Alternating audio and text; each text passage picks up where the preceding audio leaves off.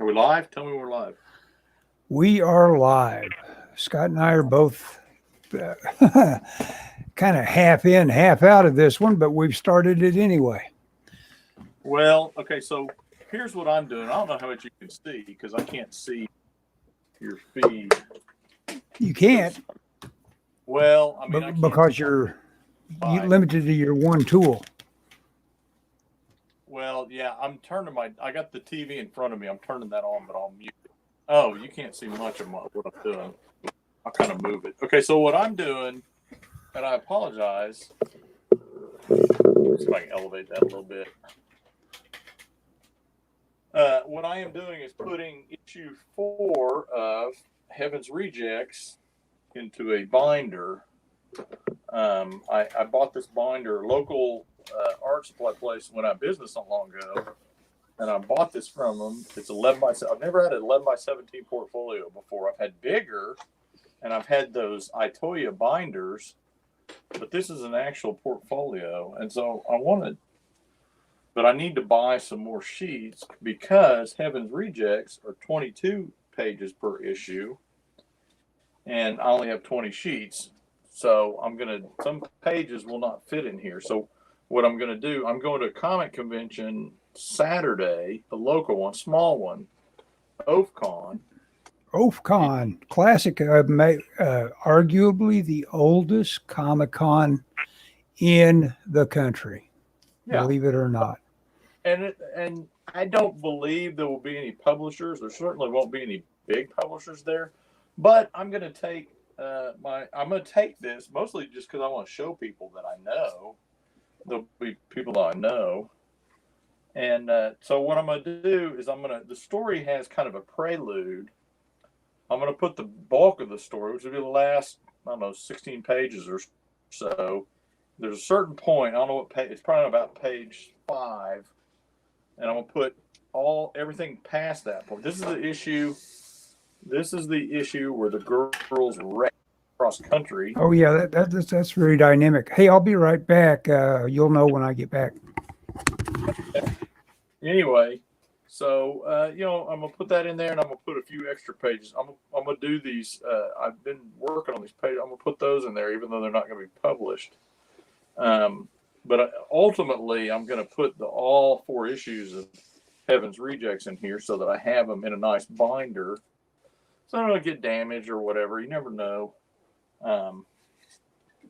The other issue 1 and 2 are in a different kind of binder. 3 I can't find. It's around here somewhere. My studio is a terrible wreck, so it's not surprising I've lost an entire issue of a comic book. But I really need to find it.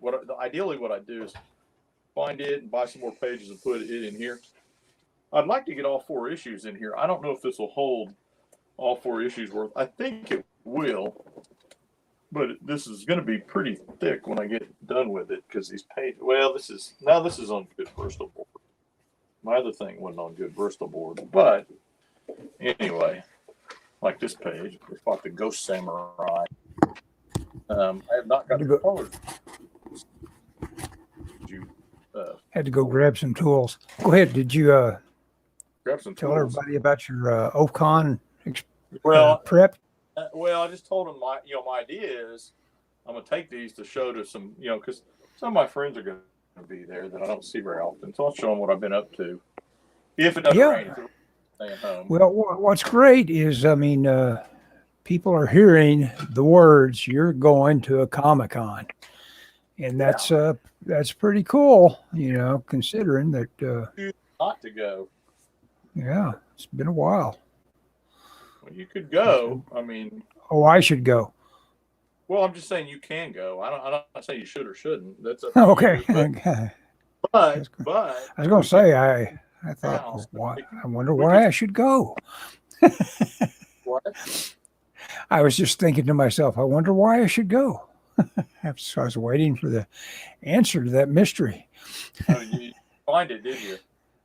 No, I couldn't. So now let's see. Why should I go? It's like this. I was going to bring up this topic.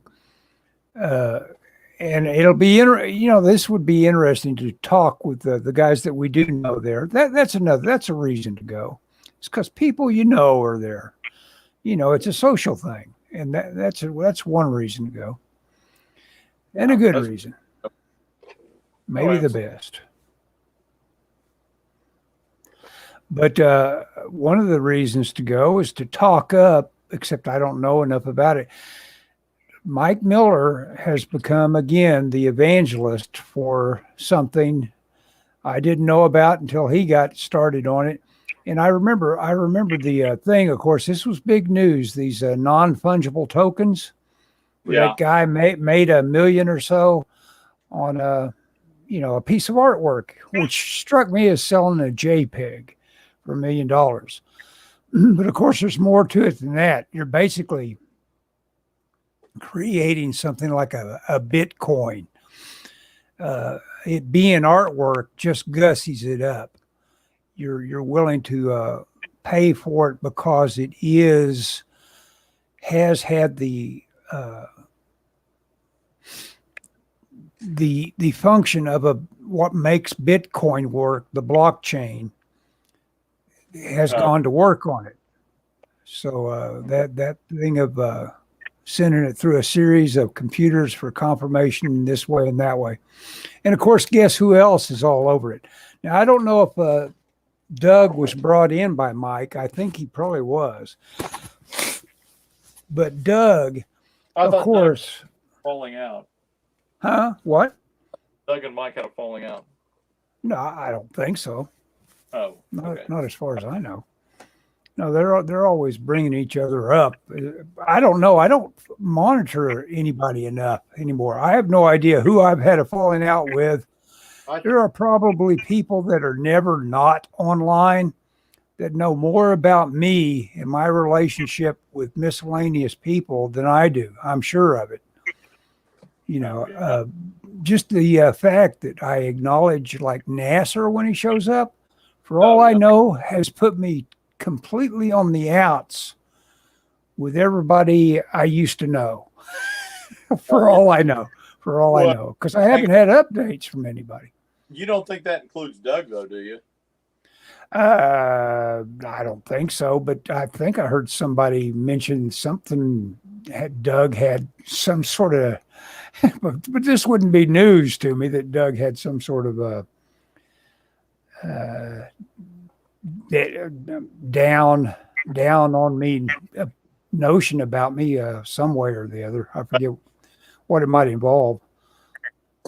Oh. But, I could check with him about it at some point or other if I figure out a line of communication now that I'm not on Twitter. That used to be how I'd occasionally DM him or whatever. By being on Twitter? Yeah, by being on Twitter. And, of course, he had to follow me to DM him.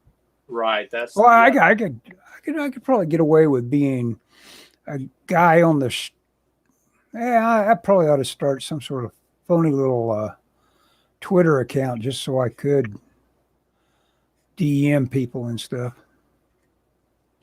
Yeah, I mean, I think they changed it. I don't think they have to follow you anymore.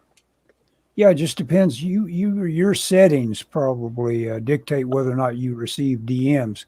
Because I know Michael Malice just leaves his DMs wide open so that, somebody that is dumb enough to act like, hey, let's be pals, will get the full weight of the snark from Michael Malice.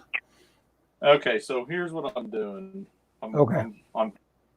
There wasn't a good break in the story, so I'm just going to put the whole thing in here. Except for there's 2 pages in the middle I'm just going to leave out. No one will ever notice. That's cool that it will all fit. That'll be a very impressive little thing. And, of course, it'll also be a very impressive thing to lose. Keep track of it. Oh, this will not leave my site. But, I mean, this is just part of the, I mean, I got the files. But anyway, I wanted to talk about the numbers. Doug has like 500 of these tokens being offered. And I guess they go through a kind of an auction process versus I guess you could set a set price on them and the first come, first go. But Doug, I don't know if he said auctions or not, but the tokens I looked at looked like they were averaging 500 a piece, and he's got 500 tokens available at a place called Nev Clay Eternal or something like that. You probably just do a search. He's on OpenSea. Let me see what that. I've got it bookmarked.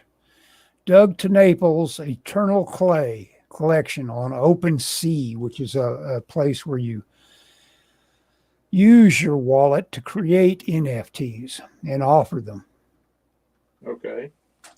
It's pretty simple, but the point is you're basically selling JPEGs. You aren't having to get involved with putting your art in the mail and all that stuff. I think it sounds great for all these guys that were just so active on this auctioneering kind of stuff.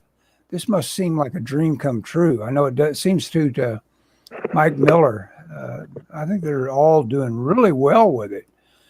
But again, the secret sauce, the secret ingredient is fans. And yes, for Doug, yeah, he's already got a third of those sold at about $500 average, working out to about $90K already for his. That's why I don't understand. What is there? Well, I don't understand it either, but I understand it to this extent. It's like the same way that, it seems so abstract to me that anybody would buy something called a Bitcoin. But what it is due to that blockchain technology, that is a way of saying this exists in a way that is totally unique. That no one can make a copy of this that exists just like this does. That sounds so lame. But in a way, it becomes like currency because, and this is interesting, when you set up the NFT, you can say whether or not you will receive a percentage, a certain rate on if it's sold again. So in other words, if someone makes an investment in your artwork and thinks they can sell it again for twice the amount, you might get 5% of that ad infinitum if it continues to go up as a investment thing, a speculative item. It's fascinating. Dude, this is my brand new thing I bought. I took the plastic, put these binders in last night, and the things are misaligned. Pissing me off. See right there? What? I don't know if you can see what? it. It's putting a little extra. I mean, I put the pages. Well, is it an easy fix? I don't know. I'm gonna have to take some pliers to it, I think. My portfolio that I've had for over 30 years eventually did that. I masking taped it together. I just put masking tape around it, so when you flip through them, it doesn't bind. I don't know what I'm gonna do. I knew this was screwy when it wouldn't lie flat. I mean, I think what happened, Ellis, I think it hung on a hook so long that the back got bowed. Well, it'll protect my art here at the house, but it's not very good for showing it.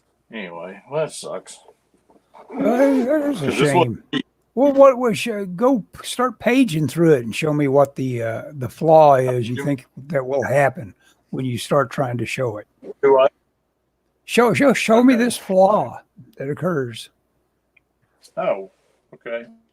Well, I mean, as you turn it, so can't you present your artwork with it? Yeah, but see, it hangs up. Oh, it hangs up. Flipping through it. Does it hang up on just the first one? No, it's the ring binder. They're not going together. They're coming together like this. Oh, okay. So, Yeah, is right. I mean, I can flip through okay here. If I take it, I'll put a little tape around it to kind of hold it together. But That sucks. I mean, you can see it's already starting to tear these right here. Oh, don't do that. Don't tear it. You can quit displaying it if you were going to tear it. I'm trying to think of the best thing to bring that together and offer very little, humped upness to it. I can't think of it though. What would be best for that? Not epoxy. You want to be able to open it. Art tape. Art tape. There you go. You fixed it. And it's not smooth, but it works. That sucks. I'm trying to think of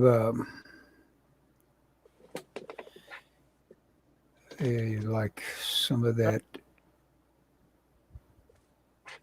I need to get pliers and maybe bend it. Maybe if I bend it, I can bend it where they meet.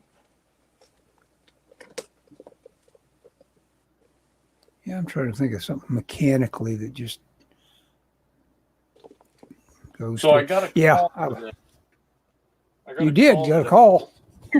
First thing in the morning, I was at my desk, and my old boss calls me, and he goes, "Hey, we got a problem." I go, "Oh no, what's the problem?" And he goes, he named off a particular order, and he said, "We made 18,000 coins," and he said they're wrong. And I go, "Oh no, no." So, yeah, it's for a big customer too. So I got just kind of scrambling around. I couldn't figure out what in the world had happened. Well, it ended up. So I'm scrambling around, and then he comes in, and I go, and I went up and talked to him, and he said, "Oh, we're good. It was all a mistake." And I go, "What?" He said the salesman had looked at the old art instead of the sample, and he thought that's what we made, and it was wrong. It was wrong, but it got changed in production. It's like, oh my gosh! And apparently the salesman had emailed the customer and said, "Do you want this to say 2020 or 2021?" And they're like, "Oh, we want to say 2021." And he was like, "Oh, crap." Yeah, it was quite a deal, apparently. I wasn't the only person that they freaked out with it. That's a 18,000 coins, man. God, that would have been a nightmare if it was. I mean, this is a big. And these, customer. Of course, are actually physical coins that have been. Now, those come out of a kind of like a stamp. Do they come out stamped or some way or other? Is that how they're created? They're spin cast out of a rubber mold. Okay, spin cast, huh? That's Dude, cool. one of these days I'm going to take you to work. Yeah, give me a tour. You know what? Let me ask if we're doing tours or not. If we are, I'll have you come up on a Friday towards the end of the day. Sure, I'll show you. Yeah. So, are you definitely out on UFCon? Well, yeah, probably. It sounds like a lot of trouble for knowing pretty much what like I said, the only reason to go there would be to talk to guys like John Woolley, who after you've hung around him for about 10 minutes, you'd have to spend $30 because of all the stuff he's pushing onto you. So, but by missing out on that, I'll save money. I buy Woolley stuff, but he can be, for a low sales resistance guy, he can be rough. You don't money, because if you needed money, you would take advantage of some of these money-making opportunities I present to you all the time. What? How many all the time? I know that one moment I didn't contact, but that, other than that, I did do a freelance piece recently for InWorld. That was kind of fun. It's really annoying because I was finding very little that I liked about the subject matter, and I needed some sort of reference to kickstart me in terms of the idea. It was supposedly the camp of these lizard-like characters, and it's a completely deserted camp inside a cave where there's obviously been signs of mayhem. Or there's just signs of mayhem now. It's just an empty, deserted camp where this warrior type of race was either routed or whatever. Well, what does a camp look like inside a cave? What does a camp look like in general? And so I looked all over the place. Some of the best things I found were D&D pieces, little pieces of encampments. But then last night I was watching this movie called Solomon Kane, which was a pretty good movie. Oh, yeah. And Robert E. by Howard, God, man. what's that? Robert E. Howard. Yes, Robert E. Howard. And what happens toward the end of the movie? The perfect reference of all these people in a cave, all camped, getting ready for battle. And it's like, oh, geez, sure could have used that a week ago.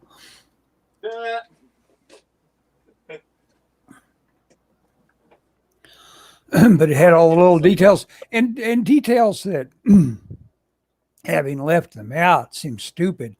Like and especially having been in video games, the idea of leaving out a torch somewhere, in the wall, that would have been so obvious to do, or standing up. Yeah, look at that. The Savage Tales of Solomon Kane. Now, is that illustrated or not? Everything. Yep. Wow, every one of them. Look how thick that is. Yeah. I mean, there's not that. This is not. And Robert E. Howard's got Dick Conan for anybody watching. And Solomon Kane is one of my favorite characters because he's basically a guy who's driven by his past, and he's a Puritan.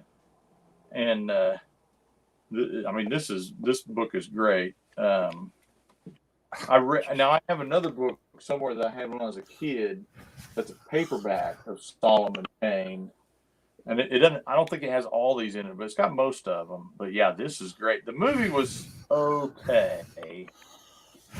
Yeah, it didn't rise above itself for sure. It just got the job done. That's what you get the feeling about the whole thing. Gary G did the illustrations in this one. Yeah, it looks like what they've done is taken the old pulp pages and probably gave them a real good scan or whatever. No. This is new illustrations. Gary Gianni. Oh, really? Okay. Yeah. I was at San Diego when this was released, and he was on a panel talking about it. How much is that, do you suppose, on Amazon? Cover price is $16. I don't know what it'd be more than that, I bet. Now I'll look it up. I paid $2 for mine at Half Price Books on their Wow. You mean it was at half price? Wow, cool. No, it was like $2. It was super cheap. Jeez. Go for that. Yeah. How long ago did you get it? I've had it for a couple of years, and it was old when I got it. What year Solomon Kane did you go to? Or San Diego Con? Wait, what? Which con? What year con did you go to that you saw that? Oh, with Gary Gianni. I don't know. It would have been maybe 2008. Let's see. This was in. You know what? I can have that book for $14.40. That's what I'm looking at. Look at that, dude! Look at that picture. Let me look at. I'm sorry. Yeah, look at that. Oh, that's nice. Nice line illustrations. Yeah. Very nice. Yep. But then it says the hardcover goes for about $850. Isn't that amazing? Well, that's what it is. They did a limited hardcover release when they first came out. So there's a lot. I guess these must still be in print. I thought they were out of print. Yeah, it must be. Because you can get them all. I mean, they did a whole run of Conan, of Robert E. Howard books in this kind of format. It's kind of an oversized paperback, trade paperback, as we used to go. I have the first volume of Conan. I don't know how many volumes there are. The Bloody Crown of Conan, Cole, Exile of Atlantis, and Bran Mac Morn, The Last King. Oh, I was like Cole. I mean, when I was a kid, I read a ton of Conan books. Well, Robert E. Howard was super big in the late 70s. And I Yeah, read of a course, ton that is the big sell. After you've read a little Robert E. Howard, you realize the hype is real. Howard Oh, is just a great writer. oh Yeah, my gosh. Yeah. he is fun. Okay, sorry, I got to tilt my desk back. I'm through with messing with the binder. Okay. So I got to back to tilted to drawing angle. Anyway, sorry about that. So what did you do today, Ellis? It rained, so you didn't walk, did you? Oh, yeah, I walked early. I did get a little wet, and it sounds like we're going to get some more tomorrow. That's cool. Could use it, I guess. My wife is running in the half marathon Sunday. 13 miles. 13 miles, Yep. eh? Oh, hang on just a second, Ellis. My battery. I need to. My battery's about to die on my phone. I need a new phone. This one, the battery doesn't last very long. I put a new battery in it.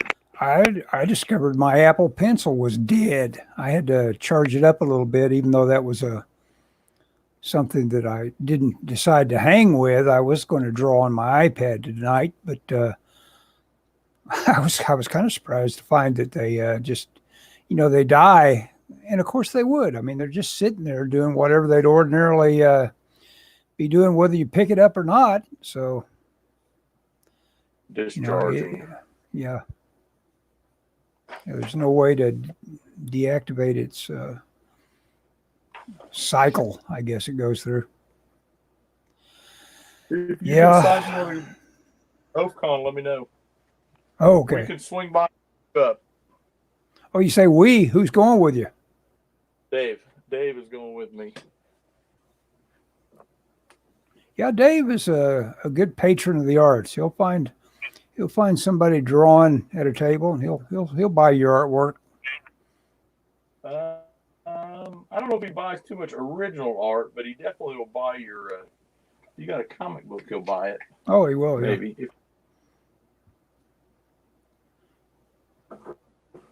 Anyway. Yeah, Barry shot me what amounted to just a letter to me. I don't know if he shot you guys the exact same letter, but he doesn't want anybody looking at all these teasers and trailers for Bond, and I can see his point. Why ruin something that you've had to wait 2 years to see, basically? I don't know where he's seeing these because I've been able to avoid quite a few of them. Well, no. He was just telling me commit as I am to not seeing them. That's all his message was to me, to say commit like me to enjoying Bond as much as it can be enjoyed by not looking at all the crap that they'll oversell it with. Oh, I agree with that. Yeah, I 100% agree with that. Yeah, imagine, being shown all the little action payoffs and all that you could be exposed to. Yeah, but who knows? Maybe they will be counting on the idea that it's Craig's last. It should be an automatic blockbuster. If there is such a thing anymore, do people go out to see a movie anymore? I don't think Craig is a guarantor of an automatic blockbuster. I could be mistaken, but my impression is that his Bond, and now I don't doubt that they've made more money than any other one because of better distribution and higher ticket sales, but I don't know that he's been the definite sale that they would have liked. But I don't know if any Bond movie will be. I don't know that Bond is and that's probably why they're going to end up changing it. Yeah, maybe. I don't know. It is a very Well, I guess he's just had his time. yeah, I I'm of the opinion that Bond. I mean, as much as I love James Bond, I don't think they can make a modern, but yet true to the character James Bond movie. They have to, if they're going to move forward, they have to move away from what the core of the character is, or I think they have to. I'd be all in if they said, hey, next Bond, we're going to set it in 1955. Yeah, Never happened. make them period pieces. You're right. That is brilliant. Right. That's the way to do it. How unique would that be if they said, okay, we're going to set. Here's what we're going to do. We're gonna cast an actor. Maybe he looks a little bit like Sean Connery, and we're going to set him in 1967, Mm-hmm. and this is what we're doing, and we're not going to worry about anything that all the things that don't make no Cold War, the kind of things that make them not as interesting. We're not, and I'm talking about like the no Cold War, the advanced technology, and some of the stuff that's crept into them. To me, makes them not as interesting. Man, dude is a period piece. Mm-hmm. Set it in 1955. Yeah. I mean, if they do it for Indiana Jones, why can't they do it for a James Bond movie? Sure. Absolutely. I mean, no, you would resent the idea of too much of a thrust forward in time for some character. Of course, are they doing another Indiana Jones? I was thinking I was hearing something like that. I think I heard something about that. Probably. As far as I know, there's 3 so far. Is there another one? Do you know who they've done one. Temple Doom. That was 2, right? And then the Sean Connery one, that makes 3, and then the 4th one was the goofy one with the Shia LaBeouf. Well, as far as I'm concerned, Raiders of the Lost Ark movies are like Matrix movies. You got to know when to stop. Yeah. Don't acknowledge what you don't want to acknowledge. Yeah. I was going to show some stuff to people.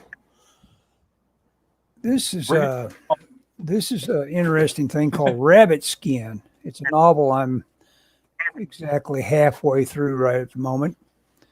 And yeah, I'm on page 119. And as you see, the author's name here is Cat Turd. So, that's and he only sells he's got a huge Twitter following. And as far as I know, that is the main engine of his social networking, how he promotes things. And this book is only offered on his market website. But it's a pretty good little read. Now, it has the feel of a first-time kind of novelist. It has a kind of like a maybe needed a rewrite, maybe needed an editor. But at the same time, an editor would have come up with a different product. An editor would have told him this or that seems a little folksy or something like that, and changed the character of it.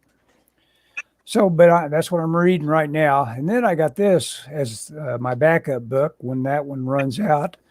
A nice little library book with a great illustrator. I think I automatically recognize. I think that's probably a Glenn Orbick illustration on it. Ray Bradbury. Yeah, I was privileged enough to take a course with Glenn Orbick in Quick Sketch. Really dug. No, I don't know if that is Glenn Orbick. Let's see if I can find a credit.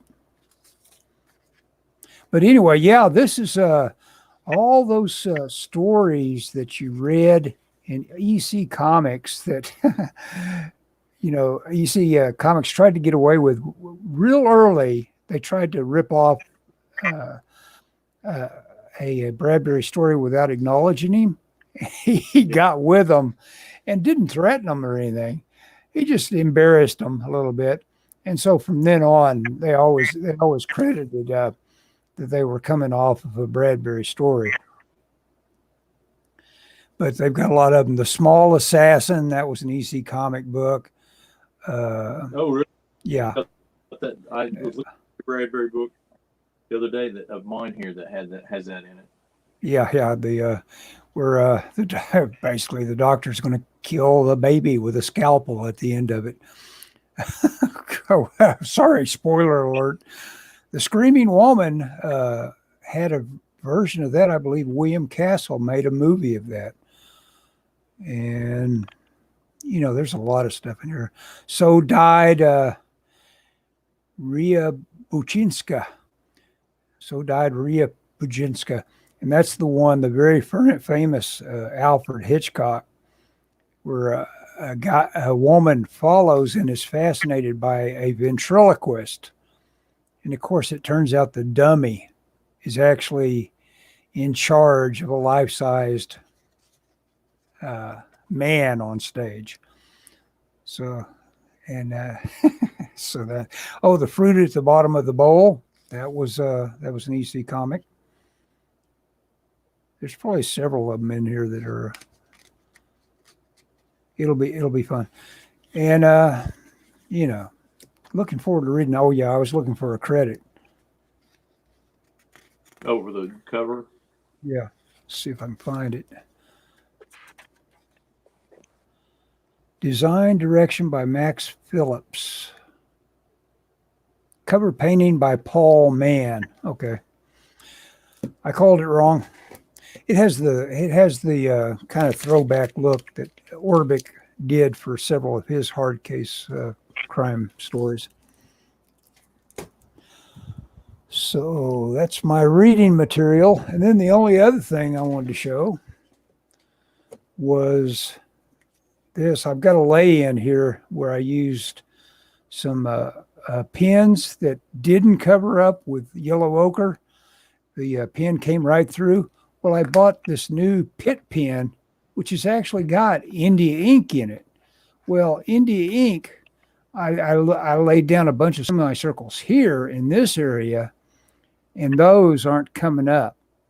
So this covers, that allows me, and these Pitt pens are fun to use. They produce a really fun line. And they are archival. They're apparently a kind of India ink. So I'm going to be doing sketches like this as a preliminary before I start my oil paintings anymore. And that'll be fun because oil painting is like a fun thing if you can just go over the top of it and, erase by, covering it up. Yeah, I can see that. Yeah, it just makes it a lot more fun to never feel like you can't cover something up. It's like, oh, that's a mistake. I can cover it up. I have not oil painted very much. I probably should, but it gets under your skin. It's fun. I see people using gouache, but there are guys like James Gurney and all that. And I realize, gouache picks up. You got to know. It's like all mediums. You got to get the feel for it. And but that idea of it picking up and it being just a little more like watercolor kind of throws me. Oil is definitely the easier thing to use, even though you got to use stuff like turpentine.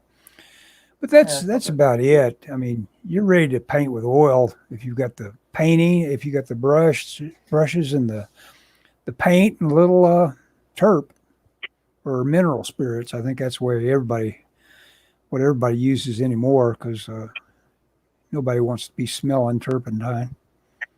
Yeah, I was gonna say they make that stuff. But yeah, I did in of all places in a high school art class. We did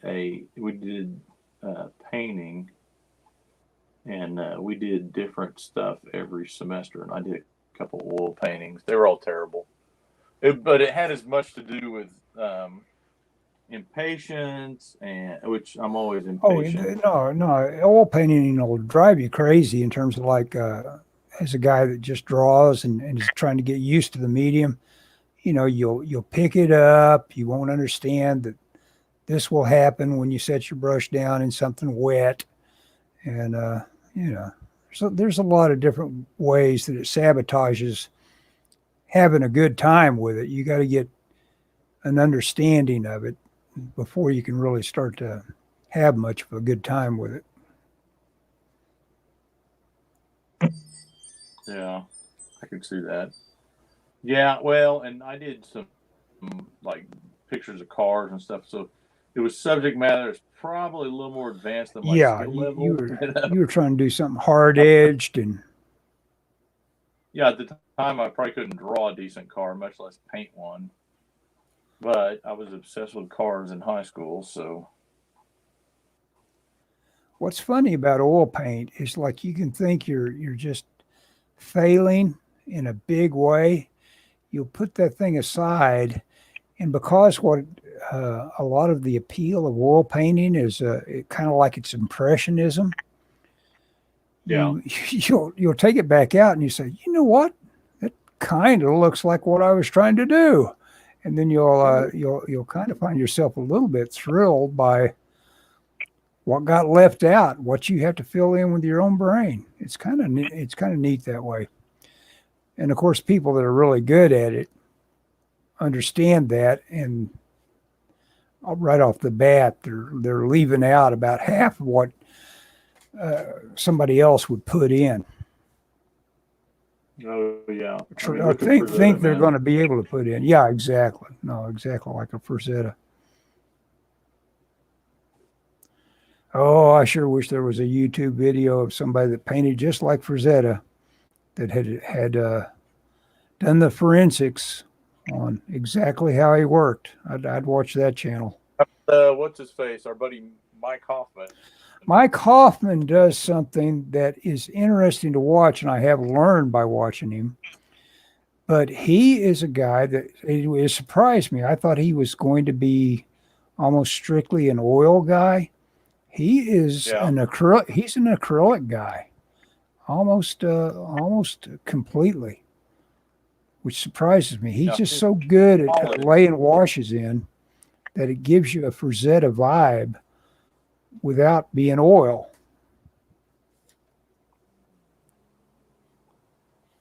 But he's College, where we I got did a the lot idea of using what? in college. That's what we did because when I went to school, the school and their intention was to teach me to be like a oh like a guy that does not necessarily an illustrator, but like spot illustration and advertising art, Mm-hmm. and they pushed acrylics on us because that was kind of what acrylics and markers. I did a ton of marker stuff, you know. Yeah, markers are fun. Oh yeah, and but I don't think I've done much acrylic paintings. I've done a few, but not much acrylic painting since college. I had a lot of trouble with painting. Painting wasn't really. I No, never. it dries up. You've got to go back in with the big problem of matching whatever you put down. Oh You know, gosh, yeah, color mixing wise, you can discover that you don't understand how to get colors to, you know, you oversaturate this and you realize, oh, that's ghastly looking because it's just too saturated, and this looks unnatural. You just basically, I saw this one of these irritating YouTube videos where it gives you a title like I'll show you the only thing you need to know about oil painting. And then, of course, Oh, you got to yeah. watch. You got to watch 20 minutes of nonsense before he finally gets around to that point, and it turns out to be, well, the number one thing and about the only thing you need to know about oil painting is how to mix colors, and Yeah. that is the number one skill you need to acquire. It's like to say, okay, this is this exact pink on this guy's nose that I did last Yeah. week when I had to put it down, and then you know, and there's nothing easier, of course, than making sure you're ready before you go, or shouldn't be, but that's not the way, you know, that impatient brain works. You want to go, and you start putting down wrong colors that are just a little bit off or way off, and before you know it, you got a mess. I agree. Impatience. Yes, impatience with something like an oil painting is another reason that, you know, a person can have a hard time warming up to it. Yeah. And yet, Impatience a good is oil probably painting more. should look like it's a guy that sat there and just slopped it out. Basically, that's typically the oil paintings that I like is the ones that look like, look at that. That guy did that with one stroke. You know, put that Yeah. big area Oh, in. yeah. Yep. I'm with you on that. So, have you guys been doing your Better Than Fiction podcasts? Have you? What did you have for show and tell most recently? I forget. What did we talk about last time? I can't remember. I think it's something I watched on TV. Well, you know what I did last night? I don't know if I, or, let's see. No, I'm sorry, not last night, night before. I don't know if you saw this on Facebook or on, I'm sorry, not on Facebook, in the email I sent. I read The Oh, that Airtight is cool. Yeah, you Garage did mention by that on Oblivious. in a letter thread. Yeah, but you said that that reads extremely quickly, right? It's almost all visual. I read it during the length of Pink Floyd's, which album was it? Their first album, Piper at the Gates of Dawn. That was how long it took me. How was the It Pink was Floyd like an hour. experience? How many times was that, a library copy or your own copy? Oh, no, no, no. Well, it was a library copy that's been burned to my phone. Ah, cool. Yeah. So don't do that with Metallica, or that guy will come after you. Yeah. Into my house and beat me. What's that guy's name? The drummer, Lars. Lars. Don't get Lars angry at you. Yeah. Speaking Poor of, Lars. Well, you can't blame it. I think Metallica's about to starve. hey, So, Nasser just said hello. Hey, He's been Nasser. our only person to show up. Oh, well. Well, Yeah, if Nasser's actually got ears on, his book that I just finished reading in the digital format of Secret something, I can look it up here. It was quite good. They went all out, and Nasser wrote about 4 mini short stories that got the visual treatment of this very talented artist, and it was a nice little horror comic book. that's cool. Yeah, I think they did pretty well with it. I mean, financially and all that. Oh, yeah, oh, you mean they actually did pretty good with it? Yeah. I think they did. They I yeah, it was a Kickstarter type of project. Oh, you know what I saw that was had a long roll of kick, obviously special thanks to at the end of it, and you could tell it was a Kickstarter project by all the roll of all these people you never heard of at the end of it. What's that? It was it was on Canopy, as a matter of fact, and it was Oh yeah. that guy. You're that guy. Yeah, that's the name of it. You're that guy. The Dick Miller story. It's the guy that Joe Dante uses in all his movies. He's the guy that sells the shotgun to Arnold Schwarzenegger in Terminator. And when Schwarzenegger says plasma rifle, and says just what you see, pal. You know that guy, and that is such a good.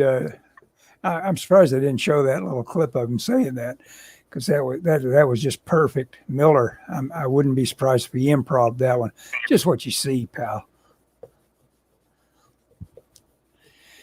But you know, he was with Roger Corman and did a lot of work with him.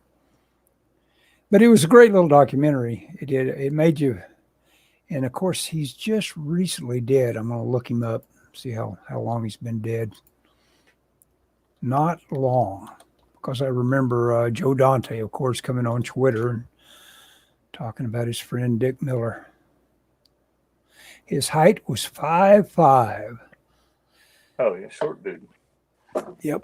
January 30th, 2019. A couple years ago. Born in 28. What would that make him? 20 years plus 70, 90, 92, something like that. Oh man. So he was old enough. And you know, in the film, you could see that old creepy skin with those his tats from when he was in the Navy. Oh yeah. You know, you forget tats when you're 90 something years old. That pigment is a goner on that. Yeah. It just looks wrong. It's not wrong. It's just interesting how completely that goes away on that crepey old skin.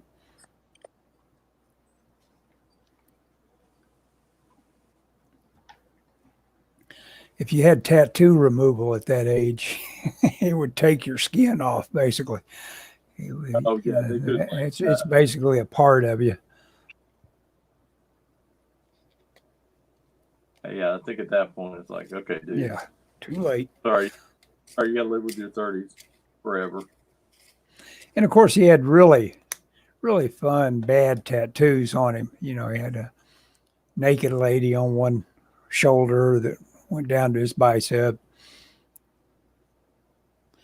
And of course, he, you know, it's fun to hear all these anecdotes and all that about someone that's been in show business that long, about all the little bumps they've had with people that got so much more successful than them. Whereas he was making like $300 a week at one point in his life, and made I think one year he made $1,500 back in the 60s. And you know you have to be willing, but at the same time it was the only thing, because he tried to do this and that. Obviously he tried the Navy, but you know, if there's only one thing that really makes you happy, you're kind of cursed with it, you know. And and that was him in this acting. That was really turned him on. And it was very interesting to see how many people just loved what he brought to, because he was considered like a good luck charm by a generation that came after Roger Corman. And he had this almost this third career that was actually much better than his starting out career. That's funny. So he had people that would hire him just because he had been in a good movie. Yeah, because they grew up with him, is about the only reason they hired him. But at the same time, then when they got him on, they realized, man, this guy is the best part of my movie here. You know.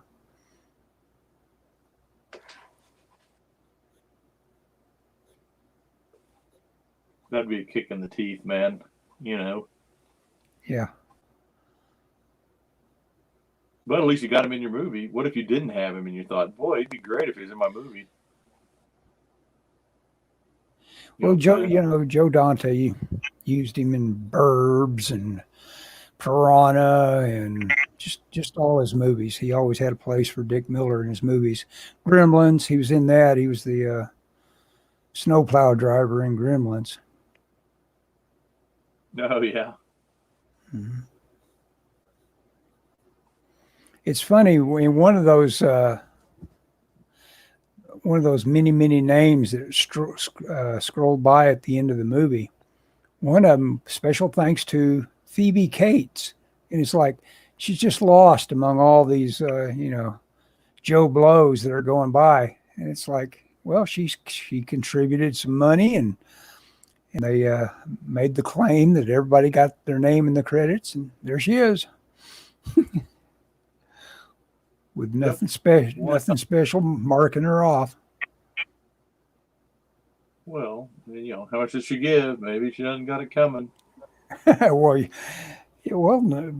they made no special thanks type of thing to anybody. It was kind of cool to see. I wonder how long they kept Max von Sydow employed on Solomon Kane. Because he's at that one little scene where he tells his son to be gone, and then he's in one little scene where he's in the dungeon. And I would like to think they got him for 2 days, but I bet you they only had him for 1 day. Just gave him a quick old man distressed makeup and got him in the dungeon. I guess you'd probably want to start with the dungeon. That would involve more makeup. You get him all wasted and all that. Then you could real quickly, get in the shower and get all prepped up and just gussied up for the King role. The old man makeup on top of that. Yeah. I don't know. Visualizing. Yeah. Well, dude, I'm out of coffee. I need to. Oh, it's time. It's we spent about an hour doing this. It was good. It went a little smoother than last time, I think. Yeah, I think so too. If you change your mind about OFCON, let me know. We can swing by and pick you up on the way down to Norman. Good old OFCON. Say hi to John Woolley for me if he's there. He will be there. His name's on the list. Oh, his name's on the list. Well, heck, that's the thing most likely to drag me there. But I haven't been vaccinated. I better not. Okay. All right. I'll see you later. Oh well, let me end this podcast. Man. I'll see you. Thanks, Nestor, for saying hello. Oh, okay. Bye.